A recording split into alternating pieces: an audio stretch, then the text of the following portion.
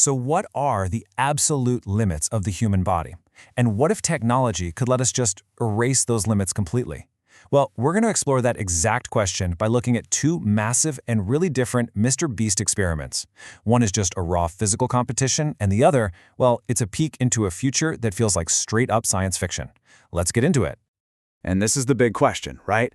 Is there a biological peak for us? Like a prime age where we're at our strongest and fastest? Or is our real potential something we haven't even begun to unlock yet?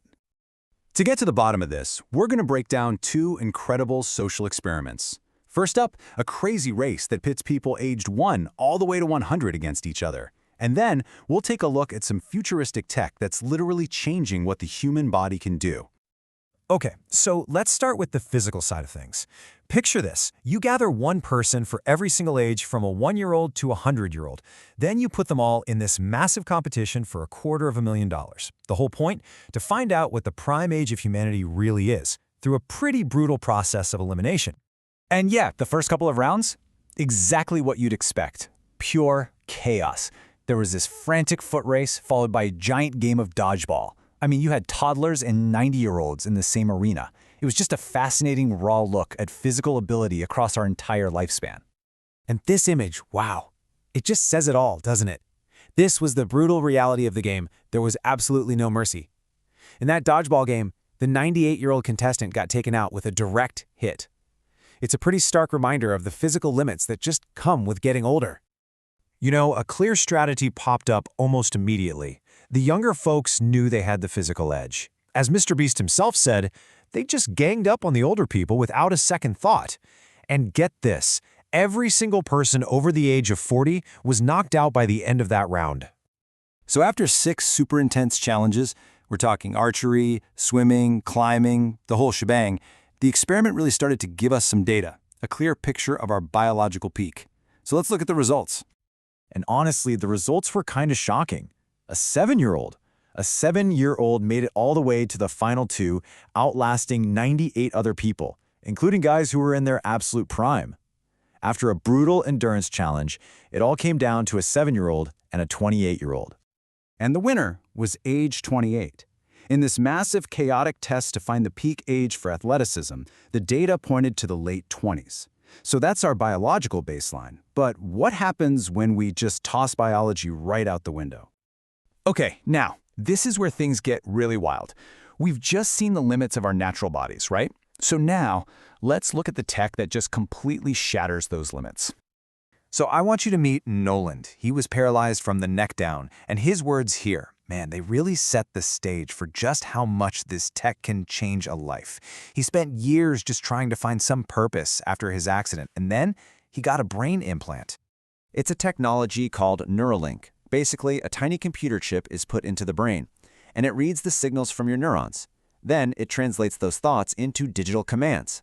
And the result? It's incredible. Nolan can now control a computer, he can play video games, send texts, all just by thinking. He's connected to the world again in a way that was literally impossible a few years ago. All right, let's switch gears to another story. This is Kai. He's 12 years old and he was born without an arm. His reaction to getting this new piece of tech is just so powerful. It was, in his own words, the best day of his life. So, what did he get? This incredible, state-of-the-art, $25,000 bionic arm. And it's not just a replacement, it's futuristic. It has sensors that actually pick up on the nerve signals from his forearm, so he can control the hand with his mind. And what's crazy is that within minutes, he was able to pick things up, even shake hands.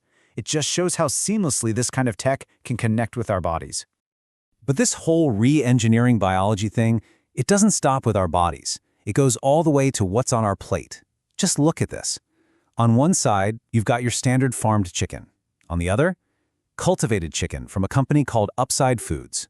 It's real chicken meat, but it's grown from just a few cells from an egg in a totally clean environment with a tiny environmental footprint. And the taste? Apparently, it's identical.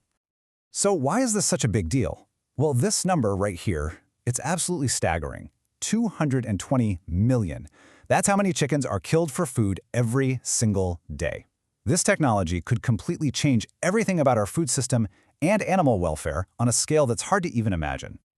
Okay, so we've upgraded our bodies, we've reinvented our food, but the ambition here, it goes way, way further. We're now talking about tackling the biggest biological limits of all, extinction, and even being stuck on this one planet.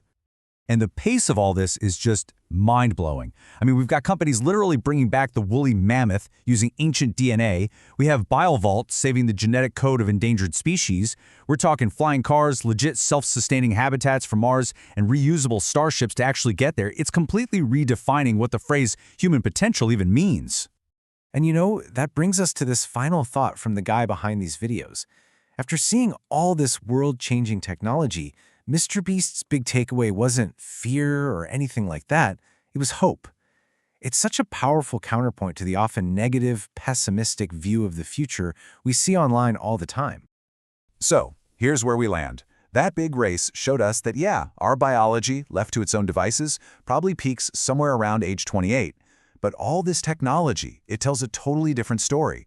It really makes you wonder, if we can just rewrite the rules of our own biology, are there any real limits left at all?